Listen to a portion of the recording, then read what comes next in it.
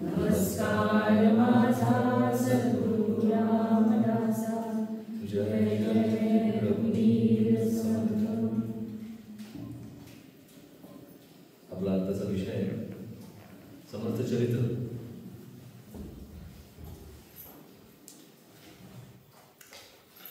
समर्थ चरित्र मला 20 मिनिटात सांगायचे.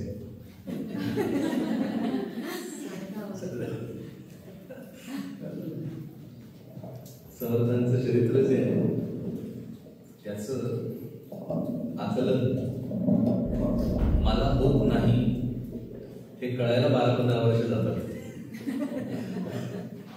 कारण कुठल्याही व्यक्तीचं चरित्र म्हटलं की त्याचे काही नियम असतात की कसं लिखाण करावं. आणि अनेकांनी समर्थांचं चरित्र लिहिलंय, पण प्रॉब्लेम असा होतो की कुठला अँगल जास्त एक्सप्लोअर करावा. इतके अँगल्स आहेत समर्थ चरित्राला. कारण समर्थांचं कार्य जे आहे, समर्थांचं तत्वज्ञान जे आहे आणि समर्थांची संत म्हणून जी बाजू आहे, ह्या तिन्ही बाजू अत्यंत विकसित आहेत. समर्थ स्वतः योगी होते, योग मार्गातले होते प्रॉपर. त्यांना जलस्तंभिनी विद्या अवगत होती, म्हणजे पाण्यात पद्मासन घालून बसायचे निवांत विदाउट ऑक्सिजन सिलेंडर. म्हणजे कारण पाण्यात पद्मासन घालून बसायचे नुसतं सांगण्यात पॉइंटच नाही आता. कारण त्यावेळेची उपलब्धी नव्हतीच. म्हणजे तो पाण्याच्या आत गेला ह्याचा अर्थच मुळी इट वॉज अंडरस्टूड. विदाउट ऑक्सिजनच बसलाय. आता आपण विदाउट ऑक्सिजन बसतो हे सांगावं लागणार आहे. परिस्थिती बदलली. तर समर्थांना ते अवगत होतं. समर्थांना विविध प्रकारच्या औषधींचं ज्ञान होतं, उत्तम नक्षत्राचं ज्ञान होतं. इतकंच नव्हे, समर्थांना राजकारण उत्तम येत होतं. ज्याला काय म्हणता येईल, सोशल स्टडीज मध्ये जे काही येतं, जितके आत्ताच्या नवीन ब्रांचेस आहेत त्यातले ते एक्सपर्ट होते. समर्थांचं लिखाण उत्तम होतं, काव्य उत्तम होतं, गायचे उत्तम, बोलायचे खूप कमी. ते म्हणाले, नाही मी सांगतोय की चरित्राची व्याप्ती निर्माण सुरुवात कुठून करायची हा प्रश्न आहे.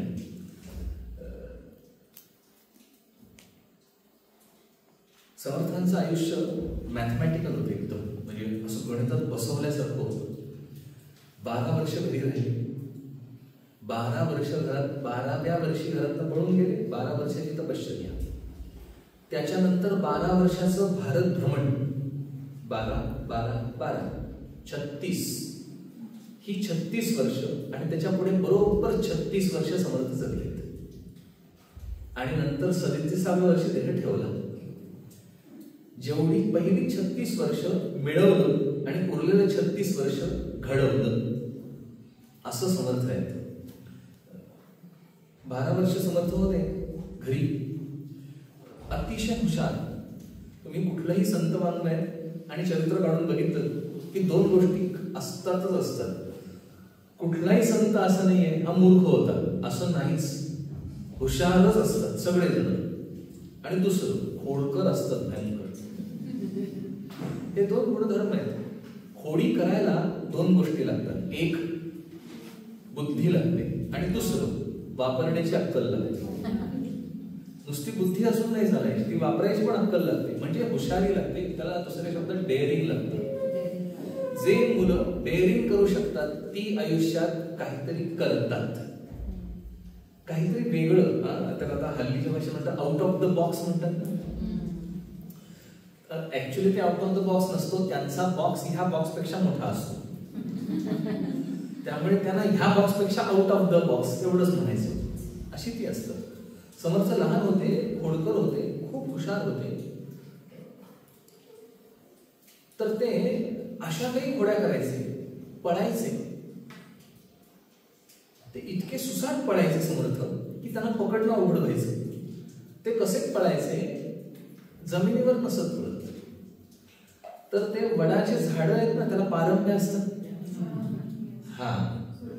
तर त्याला सुरपारंब्या म्हणतात पूर्वी.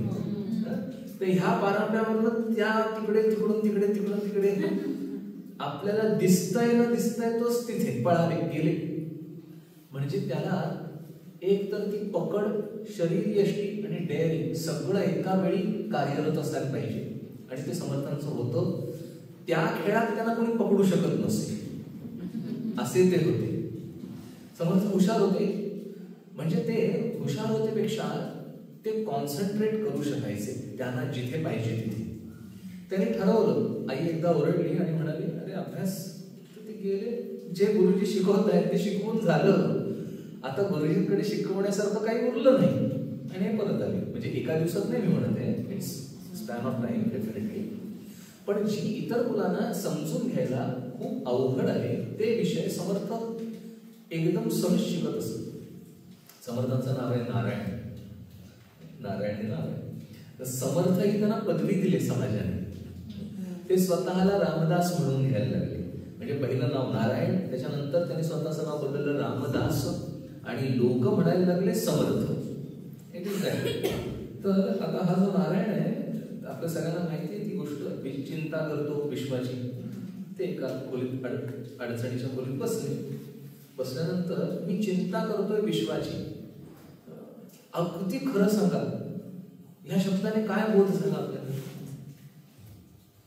मी विश्वाची चिंता करतोय म्हणजे काय? म्हणजे काहीतरी विश्व आहे सगळं आणि त्याचे मी चिंतन करत बसलोय. यस, तो एक पार्ट झाला त्याचा. त्याला आईने काय सांगितलेलं होतं, थोडं लक्ष दे प्रपंचाकडे, म्हणजे घरात लक्ष दे. ज्या घरात आपण राहतो डेफिनेटली त्या घरामध्ये मुलांनी लक्ष द्यावं, मुलांनी घरात ती कामं करावीत. नक्की हे सत्य आहे. म्हणजे लहानपणापासून मुलांना ही सवय लावावी लागते की तुझं पण कर्तव्य आहे, तू जिथे राहतोयस तिथे तुझा हातभार लावणं इज युअर ड्युटी. मग तू आर्थिक दृष्ट्या करू शकत नाहीस तर शारीरिक दृष्ट्या तू केली पाहिजेस कामं डेफिनेटली. आणि हे कळलंच पाहिजे त्यांना. तर ही पुढे जाऊन त्यातल्या त्यात करतात काम. त्यातले त्यात. तर समर्थांना सांगितलं, अरे घरात लक्ष दे, लक्ष द्यायचंय घरात. म्हणून मग काय करशील, जरा काहीतरी विचार कर. सो हे जे विश्वाची चिंता आहे ह्याची उडी किती आहे, तर त्याने विचार केला असणार आहे. मग घरात बघायचंय, मग माझं घर किती आहे, 5 जणांचं. पण आपण तर सगळ्या गावाला घर म्हणतो. मग गावाचा विचार, मग गाव कशाला, मग माझं राष्ट्र आहे. आणि राष्ट्र करता करता ते विश्व, हे विश्वाची माझे घर म्हणून मी विश्वाची चिंता करतोय. कारण आईने सांगितले घराकडे लक्ष दे, माझं घर विश्व आहे. ती विश्वाची चिंता मी चिंता करतो विश्वाची, इज धिस फॅक्ट. आणि ह्या प्रकारे ते अख्ख्या विश्वाची चिंता करतायत. म्हणजे मानवतेच्या कल्याणाची चिंता आहे. आपल्या सगळ्यांना माहिती आहे बुद्ध घराबाहेर जाऊ नको म्हणून सांगितलेलं होतं त्यांना. किंवा असं नव्हतं सांगितलेलं, याला दुःख दिसू देऊ नको, दुःख दिसू देऊ नको. राजाला सांगितलं दुःख का दिसू देऊ नको, ज्या क्षणी याला दुःख दिसेल त्या क्षणी ह्याचा विवेक जागा होईल. आणि विवेक जागा झाला की मनुष्य विचार करायला लागतो. इथे थांबूया. विवेक जागा झाल्यानंतर मनुष्य विचार करायला लागतो. आपल्या बाबतीत ते घडायला पाहिजे. विवेक जागा व्हायला पाहिजे. मी विचार करायला लागलो पाहिजे. त्याने विचार केला एवढं दुःख आहे, मी या दुःखाच्या निवृत्तीचा विचार करायला पाहिजे. आपण काय करतो, आपण दुःखाच्या निवृत्तीचा विचार करत नाही. म्हणजे दुःख नको असतो, पण मी दुःखाच्या ऍज अ होल निवृत्तीचा विचार नाही करत. ज्याच्यामुळे मला दुःख होते तेवढ्या टेम्पररी विचार करतो. हे गेलं की मी सुखी, तेवढंच टेम्पररी. तर तेवढंच मी सुखी होईल असा जेव्हा जेव्हा माझा विचार सुरू झाला, त्यामुळे माझी दृष्टी कमी कमी कमी कमी होत आली. मी एकदा बसलो होतो गाडीत, रात्रीच्या वेळी आम्ही येत होतो. रात्रीच्या वेळी असं सज्जनगडावर येत होतो. तर पावसाळ्याचा दिवस आत्ताच एक 15-20 दिवसापूर्वी येत असताना समोरून गाड्या येतात ना, तर ते डिमर आणि डीपर असतात. म्हणजे ते असं लाईट जरा खाली येतो, समोरच्याला त्रास होत नाही. तर ड्रायव्हरने तसा वर केला, समोरून गाडी आली कमी केलं, प्रकाश पडला. आणि माझ्या लक्षात आलं त्याच्या डोळ्यावर प्रकाश नाही गेला आणि तो खाली गेला प्रकाश. आता जेव्हा त्याने खाली गेलेला प्रकाश होता त्यातनं मला दिसणारं दृश्य बघितलं नंतर वर केलं आणि तो अजून लांब गेला, लांब गेला. आता मला वाईट दिसायला लागलं, अजून लांबच. आणि पावसाळ्याचे दिवस, सगळे ढग आलेले, अचानकपणे इथे अचानक ढग येतात. चालत चालत असताना ढग आले. ढग आल्यानंतर त्याने फॉग लॅम्प्स ऑन केले, बरोबर आहे. आणि मग मला त्यातनं पूर्ण दिसत नाहीये, पण मला दिसतंय, असं झालं. आणि मला स्ट्राईक झालं, हेच विवेक काम करतो. विवेकाचं कार्य हेच आहे. माझी दृष्टी लहान आहे, ती दृष्टी वाढवतो. आणि मी अत्यंत दुःखी परिस्थितीत आहे, त्या दुःखी परिस्थितीत ते फॉगलॅम्प जसं काम करतात तसं विवेक काम करतो. आणि मला त्या अत्यंत बिकट परिस्थितीत सुद्धा बरोबर दिसायला लागतं. हा विवेकाचा खेळ आहे. समर्थांचा विवेक जागा होता लहानपणापासून, हे समर्थांचं वैशिष्ट्य आहे. आणि म्हणूनच आपल्या सगळ्यांना ती आर्या कीर्तनकार म्हणतात, विजय सावधान ऐसे. त्यांनी सावधान हे म्हटलं आणि ते सावधान झाले आणि निघाले, पळून गेले.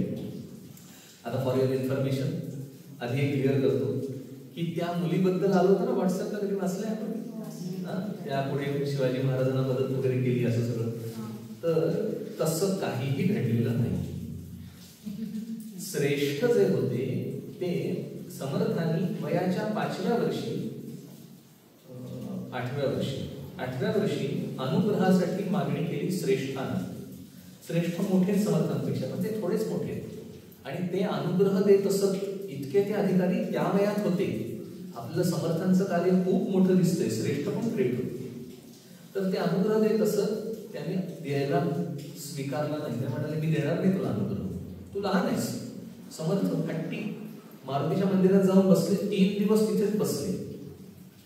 आणि त्यांना मारुतीने दर्शन दिलं आणि रामाच्या मांडीवर नेऊन ठेवलं. आपण परत येऊ, थोडं मागे येऊ. मी एक वाक्य बोललो, 3 दिवस तिथेच बसले. आपण हे ऐकलं आणि पुढे जातो, बरोबर आहे. आपण नाही बसू शकत, तो 8 वर्षाचा मुलगा बसला. हे आपण ओव्हरराईड करतो. आपली बुद्धी त्याला त्या स्पीड ब्रेकरला ओलांडून सुसाट जाते गाडी आपली. 3 दिवस आपण 3 तास बसा बघू, ते जाऊ दे. तुम्हाला देवदर्शन हवंय? श्वास मी घेणार नाही तुझं दर्शन झाल्याशिवाय. म्हणा, तो प्रगट होईल बघ. It's being practical. मी श्वास घेणार नाही. आणि सगळ्या ठिकाणी हे असंच आहे. कल्याण स्वामी आपण ना हे वाचतो, जोपर्यंत देहावर उदार होत नाही ना, तोपर्यंत तो पण आपल्या समोर उभा राहत नाही. हे त्याचं गणित आहे. देहावर उदार व्हायला पाहिजे.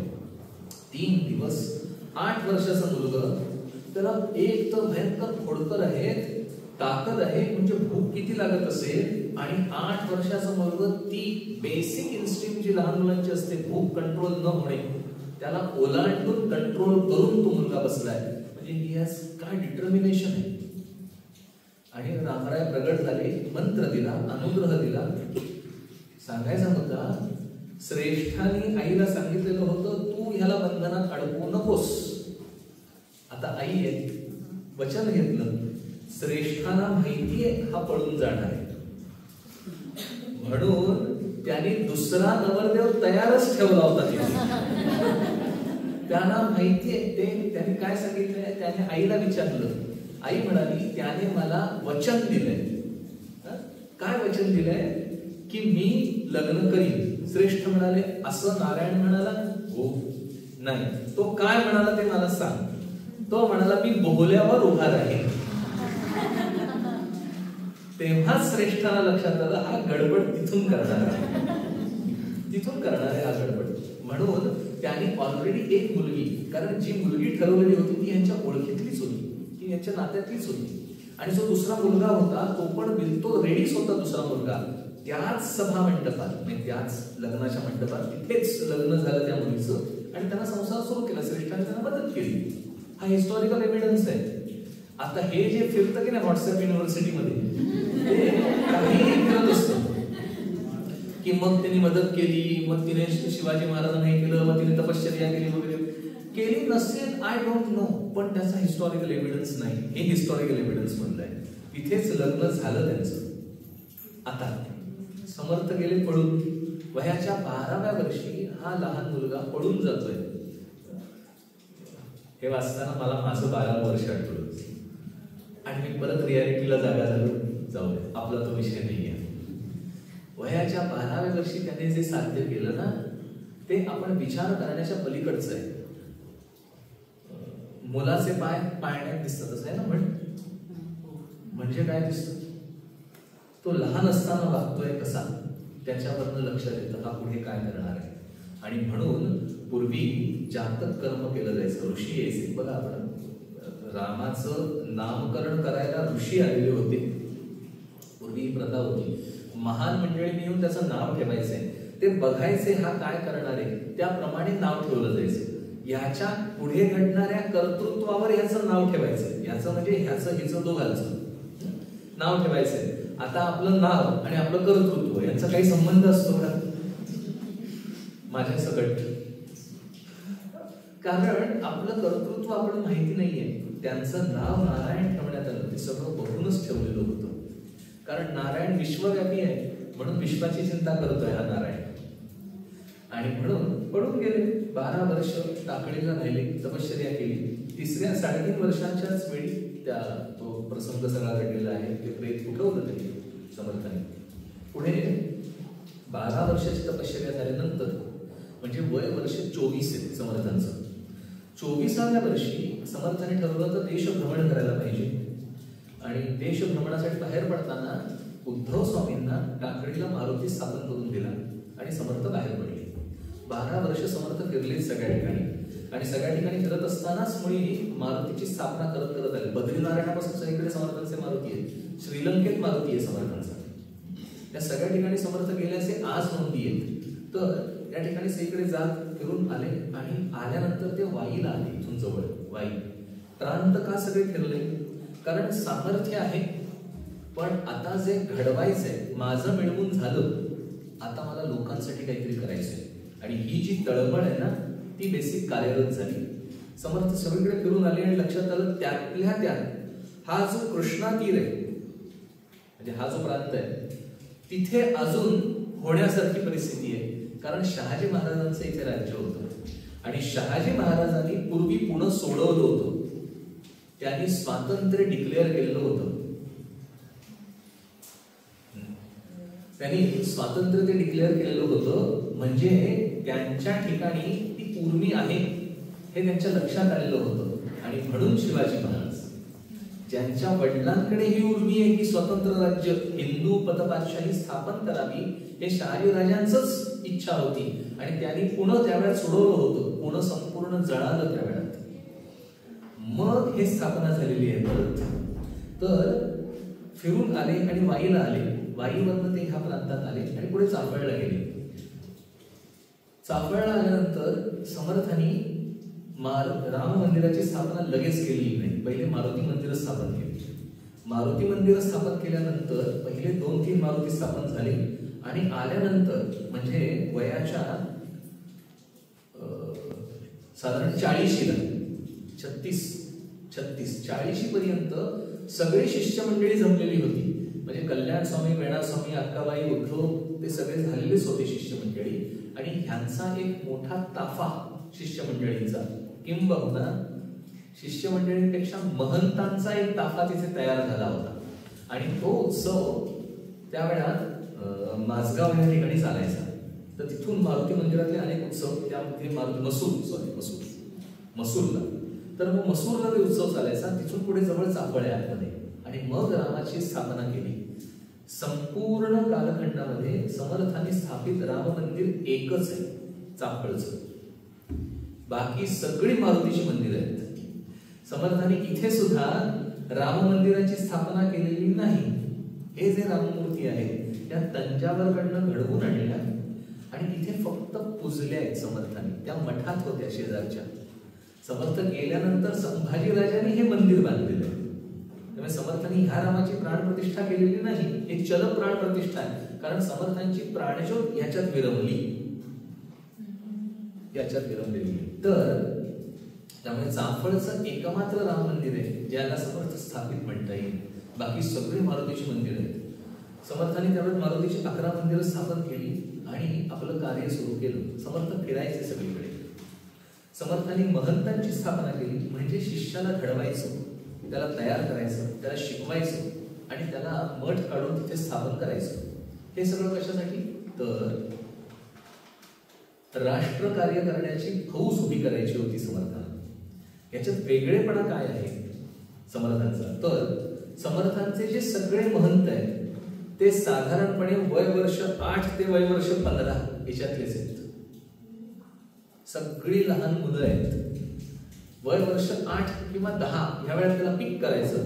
पुढची 4-5 वर्ष ट्रेनिंग करायची. तेवढी 4-5 वर्ष पुरायची त्यांना, कारण ते समर्थ शिकवणार आहेत. आणि ते पिक करायचे बरोबर योग्य मुलगा. म्हणजे शिष्यही उत्तम, गुरुही उत्तम. आणि वागायचं कसं हे त्यांना शिकवलं जायचं. बोलायचं कसं शिकवलं जायचं. त्यांना धडे दिले जायचे. तुम्ही समाजात जाऊन करणार काय?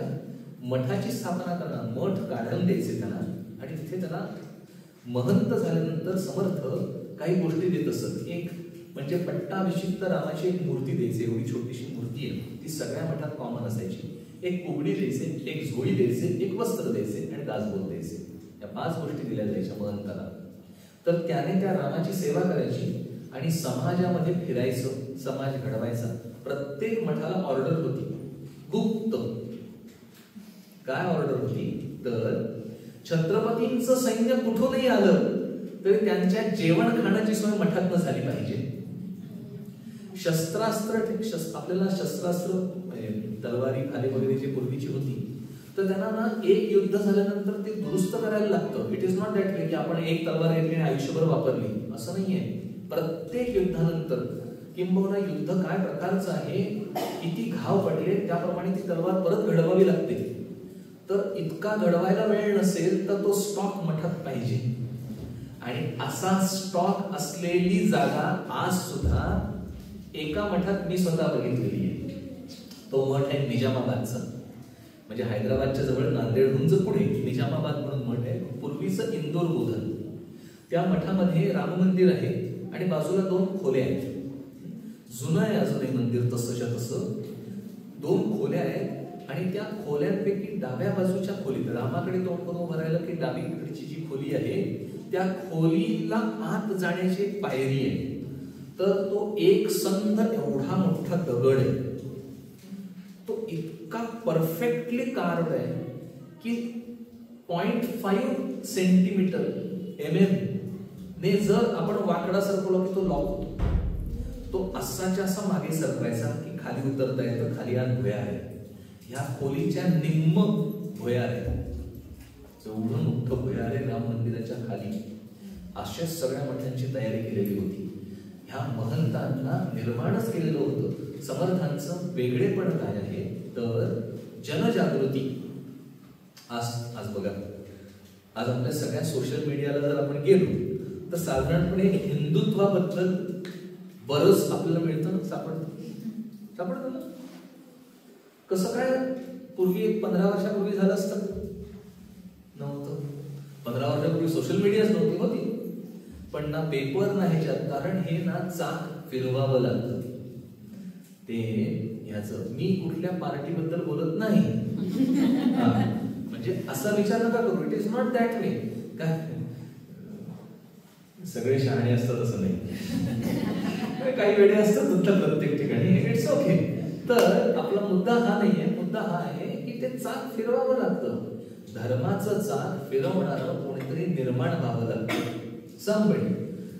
तसं समर्थांनी ठिकठिकाणी या महंतांची स्थापना केली, मठ काढले आणि मठातला जो महंत आहे त्याने समाजामध्ये स्वाभिमान जगवणे हरपला होता. तो स्वाभिमान हरपला होता. सगळ्यांना हे मान्यच नव्हतं की मी लढू शकेन, मला विरोध करता येईल हेच मला मान्य नाहीये. मी विरोध करणारच नाही. मी लढणार कोणाबद्दल. म्हणून हा आधी स्वाभिमान जागा केला. स्वाभिमान जागा केल्यानंतर मग त्या सगळ्या समाजाला बसवलं, घडवलं. त्यांची आर्थिक उन्नती पण होईल इकडे पण लक्ष दिलं. आणि म्हणून दासबोधामध्ये व्यवहार कसा करावा हे पण आहे. आपण व्यवहार जेव्हा करायला लागतो तेव्हा असे कधी प्रसंग येतात का हो की काय यार इतका माणूस वेडा आहे हा, याच्यावर उगाच व्यवहार केला, असं कधी होतं का आपल्या लक्षात येतं? 100% येतं, प्रत्येकाला येतं. मी परत एकदा सांगतो, ह्याच्याशी व्यवहार नको तर करायला, म्हणजे आपलं नुकसान होतंय असं नाही, पण हा डोकेदुखी आहे ना. याला म्हणजे एक डोकेदुखी असते, एक कळत नसतो, असे 2-3 प्रकार असतात. त्यातलं जे कळत नाही त्यांना ओळखण्याची चिन्ह म्हणून मूर्ख लक्षणं लिहिली. मूर्ख लक्षणं कशासाठी? समाजातली लक्षणं, म्हणजे समाजातला माणूसही ओळखता यावा आणि तसा मी आहे का हेही बघता यावं. त्यासाठी मूर्ख लक्षणं, त्यासाठी पडत मूर्ख लक्षणं. दासबोध ग्रंथ लिहिला आणि हातात दिला याचं कारणच लक्षणं ओळखता यावी. डॉक्टर मला तपासतो कसं? मला रोग काय झालाय, सिम्पटम्स, दॅट्स इट. दासबोध सिम्पटम्सने भरलाय का? कारण आता मी जेवढं आयुष्य माझं घालवलं हे सगळं नीटनेटकं समाज ओळखणार. You don't waste your time, these are very principles. हे घ्या आणि वापरा, जस्ट डू इट. म्हणून दासबोध आहे. शहाण्याची लक्षणं सांगितलीत, मूर्खांची लक्षणं सांगितलीत. अहो, तुम्हाला ना मूर्ख लक्षणं कुठेही मिळणार नाही, कुठल्याही ग्रंथात मूर्ख लक्षणं नाही मिळणार. मी म्हणतो एवढंच नव्हे, कुठल्याही ग्रंथात अतिशहाणा म्हणजे पडत मूर्खांची पण लक्षणं नाही मिळणार. आणि हे सगळे रेडी आहेत का? कारण समाज घडवण्याचं कार्य समर्थांनी महंतांच्या मार्फत केलं. महंताने कसं असावं ते पण त्याच्यात लिहिलेलं आहे. दासबोध लिखाण केला, तो सगळ्यांना दिला हातात आणि दिल्यानंतर त्याप्रमाणे फॉलो कसं कराल, तुम्ही समाज बघाल कसा. बरं, गंमत अशी आहे, समर्थ नुसतं त्यांना देऊन टाकत नसत, तर ती जबाबदारी कल्याण स्वामींना असायची. प्रत्येक मठात फिरायचं आणि महंत त्याप्रमाणे काम करतोय की नाही हे बघायचं. हा महत्वाचा जॉब होता. Is he going on proper lines, ते बघायचं. हे कल्याण स्वामींचं काम होतं. उद्धव स्वामींना प्रत्येकाला सेपरेट काम होती. दिवाकर गोसावी जे होते, जे काही शिवाजी महाराजांसंदर्भात, राज्यकारभारासंदर्भात जे काही असेल ते दिवाकर गोसावींनीच बघायचं, दुसरं जायचं नाही. आणि किती स्ट्रिक्ट होते. एकदा दिवाकर गोसावी कुठेतरी गेलेले होते, म्हणून समर्थांनी कल्याण स्वामींना पाठवलं. जामणे एवढा निरोप दे. तर शिवाजी महाराजांना एवढा आनंद झाला की दिवाकर महाराज कल्याण स्वामी स्वतः आले, त्यांना प्रतिसमर्थ मानत असत, म्हणजे समर्थ झाल्यासारखे झाले. आगत स्वागत झालं, सगळं छान झालं, निरोप द्यायचा तिला. आता निघणार त्या वेळामध्ये त्याने विचारलं की काही मी सेवा करू का, म्हणून खूप आग्रह धरला. कल्याण स्वामींनी नाही सांगितलं, काही नको, काही आवश्यकता नाही म्हणून खूप जेव्हा सांगितलं.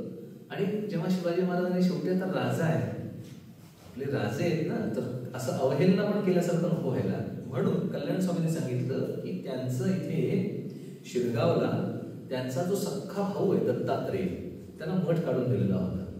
तर त्या मठामध्ये ज्या गायी होत्या त्या एकाने पळवून नेल्या, एवढं त्याने सांगितलं.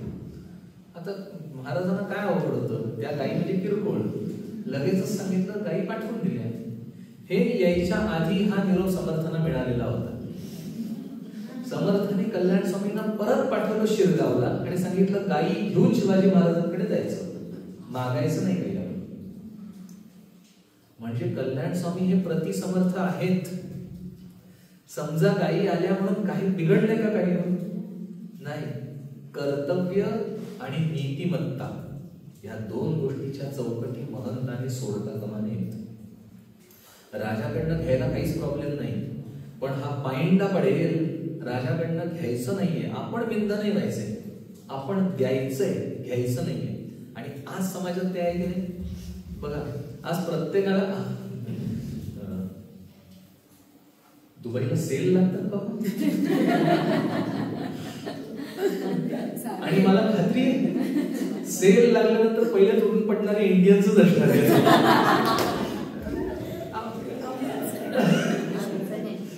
म्हणजे माझा मुद्दा काय आहे बघा, कोणी ना प्रॉफिटच करायला बसलंय की नाही, ते फुकट का देईल हे तर सरळ आहे.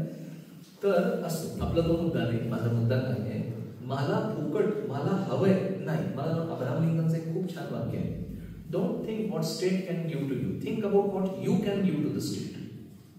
तुम्हाला काय मिळेल यापेक्षा तुम्ही काय द्याल याचा विचार करा. आणि हे महंतांना शिकवलं होतं. समाजाकडनं आपण मुठभर धान्य घ्यायचंय आणि त्या बदल्यात त्यांची विचारसरणी बदलायची जी त्यांना लाईफ टाईम उपयोगाला पडेल. आणि म्हणून 1100 मठांची स्थापना केली. त्या महंतांना कार्य नेमून दिलं होतं, असं असं करायचं. समाज जागा केला आणि जागा झालेला समाज स्वाभिमानाने भरला, म्हणून तो कार्य करू शकला, उभं राहिला.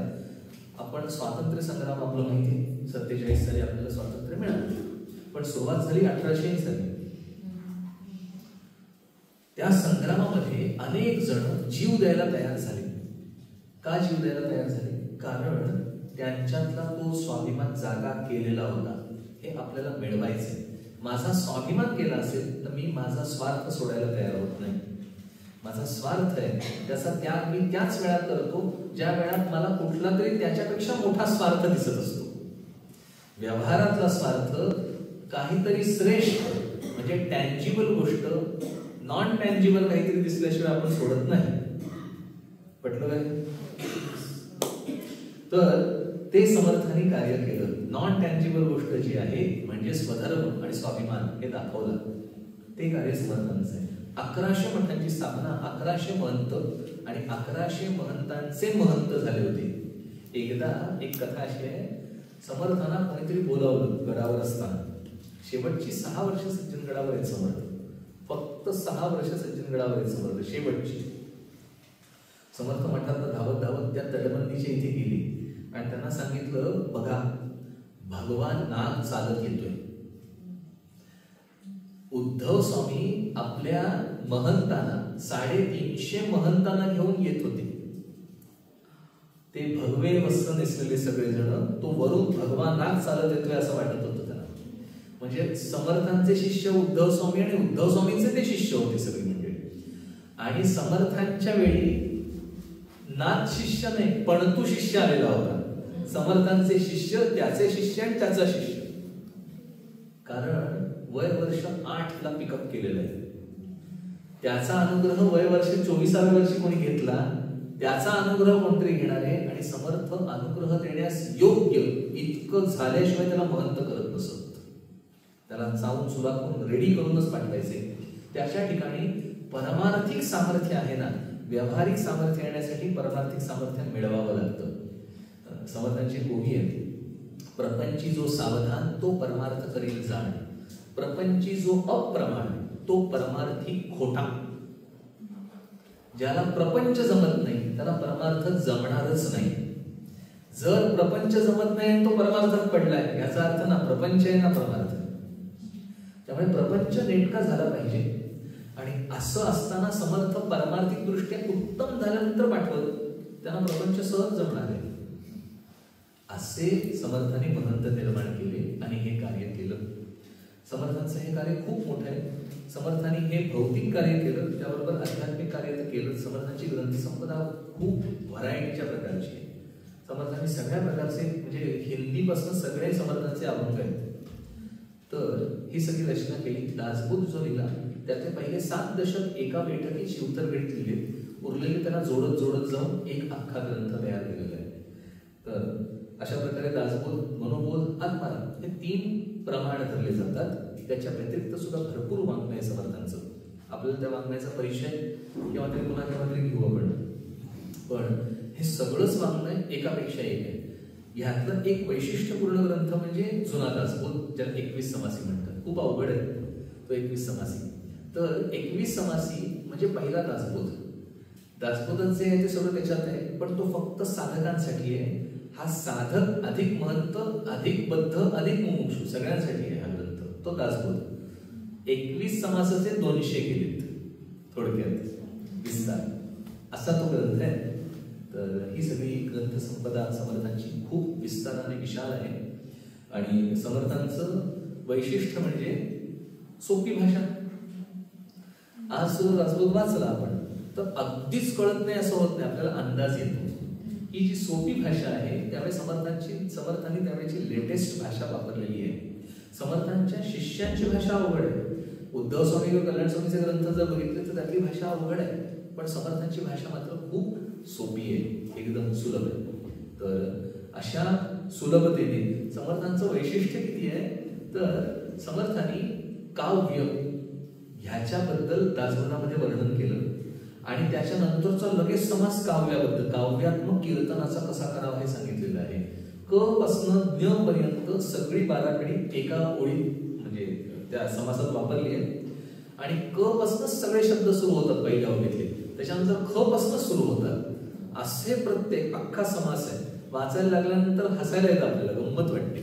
वाचून बघा, इतका छान येतो समास. आणि परत निरर्थक एकही शब्द नाही, हे महत्वाचं. नाही तर काय उपयोग त्याला. पण निरर्थक एकही शब्द न घेता काव्य म्हणजे काय हे सांगितलं. धीट, पाठ आणि प्रासादिक काव्य 3 प्रकारची. धीट, पाठ आणि प्रासादिक. त्यातलं प्रासादिक काव्य म्हणजे ज्याला प्रसाद झालेला आहे, ज्याच्या बुद्धीला तो प्रसाद प्राप्त आहे, त्याच्यातनं निर्माण झालं ते प्रासादिक काव्य. असं समर्थांचं हे प्रासादिक काव्य आहे. ग्रंथसंपदा आहे, शिष्य परंपरा आहे आणि एवढं अफाट कार्य आहे. तर हे साधारणपणे आपण एक गोषवार बघितला समर्थ चरित्राचा. समर्थांनी देह सज्जनगडावर ठेवला. शेवटची 6 वर्षे इथे होते. समर्थांनी इथेच अंगलाई देवीची स्थापना केलेली आहे. ही मूर्ती अंगापूरच्या डोहात चाफळच्या राममूर्ती बरोबर एकत्र मिळालेली आहे. त्या 2 मूर्ती, चाफळच्या जवळ अंगापूर म्हणून गाव आहे, तिथे नदी आहे, नदीत डोह आहे.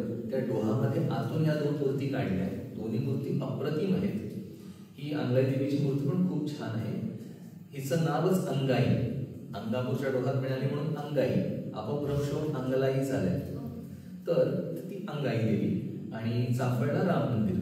चाफळच्या राम मंदिराचा जो विग्रह आहे, त्याच्या तो ज्या दगडामध्ये कोरला आहे त्या दगडाचा रंगच मुळी ब्राऊन आहे, वैशिष्ट्यपूर्ण आहे.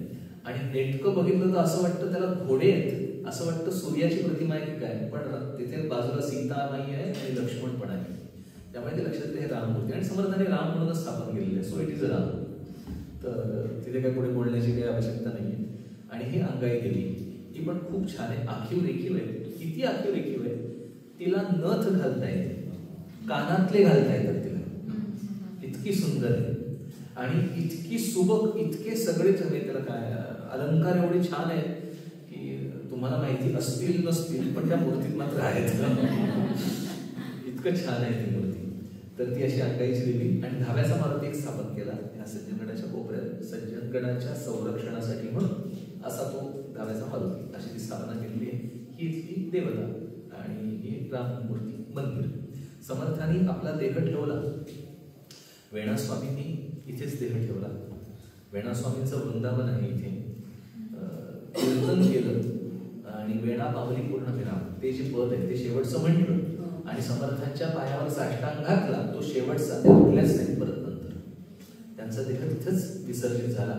त्यानंतर बाजूला वृंदावन आहे आणि समर्थांनी देह जे आता मठ आहे त्या ठिकाणी ठेवला आपला. 3 वेळा प्रणव म्हटला. कल्याण स्वामींना लांब पाठवलेलं होतं, तिथेच राहिले कल्याण स्वामी डोंगावला.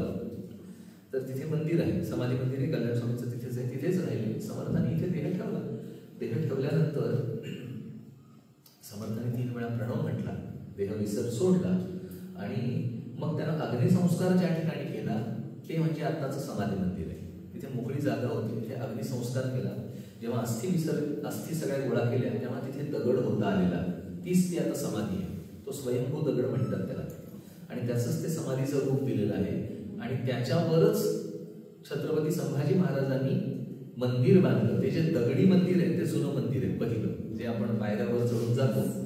बाहेरच्या पायऱ्या नव्हे, आतल्या पायऱ्या. तर तेवढं सगळं ते दगडी मंदिर. त्याला बाहेरून मार्बल बसवलंय पण आतमध्ये दगड आहे. तो दगडी मंदिर मी बघितलंय. त्याला वरती पूर्वी शेणाने सारवलं जायचं, खाली पण शेणाने सारवलं जायचं, असं छान मंदिर होतं. तर ते मंदिर दगडी जुनं आहे आणि त्याच्या पुढचं सभामंडप आणि ते नंतर बांधलेलं आहे. तर समर्थांनी तिथे देह ठेवला आणि असं सांगितलं जातं की जिथे वेणास्वामींचं वृंदावन आहे तिथे चाफ्याचं झाड आलं, कारण समर्थांना चाफा आवडायचं आणि त्या चाफ्याची फुलं समाधीवर डायरेक्ट पडायची, कारण ते वेणास्वामींचं वृंदावन होतं. तर हे सगळं झालं. अस्थी गोळा केल्या. अस्थी गोळा करून तो अस्थी कलश चाफळला ठेवण्यात आले. ती जागा अजूनही आहे. चाफळच्या राम मंदिराच्या बाजूला जिथे अस्थी कलश ठेवला होता तर ती जागा अजून तशीच आहे. तर तिथे ठेवला आणि कल्याण स्वामींचे शिष्य होते, ते दरवर्षी काशीला जायचे काशी यात्रेला जात असताना ते घेऊन जायचे. ते म्हणाले महाराज अस्थि कलश घेऊन जातो समर्थांचा, कारण अस्थि आपण ठेवत नाही, आपल्या इथे अस्थि मान्य नाही, ते विसर्जित करावे लागतात, घेऊन जातो. ते प्रत्येक वेळी मी सांगेन एवढंच म्हणायचे, आत्ता नको मी सांगेन. एक दिवस 36 वर्षांनी समर्थाने देह ठेवल्यानंतर 36वं वर्ष उजाडलं, तेव्हा त्यांनी तो अस्थि कलश उचलला आणि म्हणून मग निरोप पाठवला नाही. आता म्हणलं तर जाऊया स्वामींना सांगूया, म्हणजे त्यांचे स्वामी म्हणजे कल्याण स्वामी, त्यांचे गुरु. तर ते म्हणले आता स्वामींना सांगूया समर्थांना, म्हणजे आपल्या इथे अस्थि जोपर्यंत विसर्जित होत नाही तोपर्यंत मुक्ती नाही असं झालं. त्यामुळे म्हणाले की आता हे विसर्जित करू, म्हणून ते पुढे निघाले आणि त्यांना निरोप मिळाला, कल्याण स्वामीने देह ठेवला. त्यामुळे गुरु आणि शिष्य दोघांच्या अस्थि एकत्रित विसर्जित झाले, इतकं ते एकरूप होते दोघं. तर असे हे समर्थ आणि कल्याण स्वामी, हे थोडक्यात मी सांगायचा प्रयत्न केला. जय जय रघुवीर समर्थ.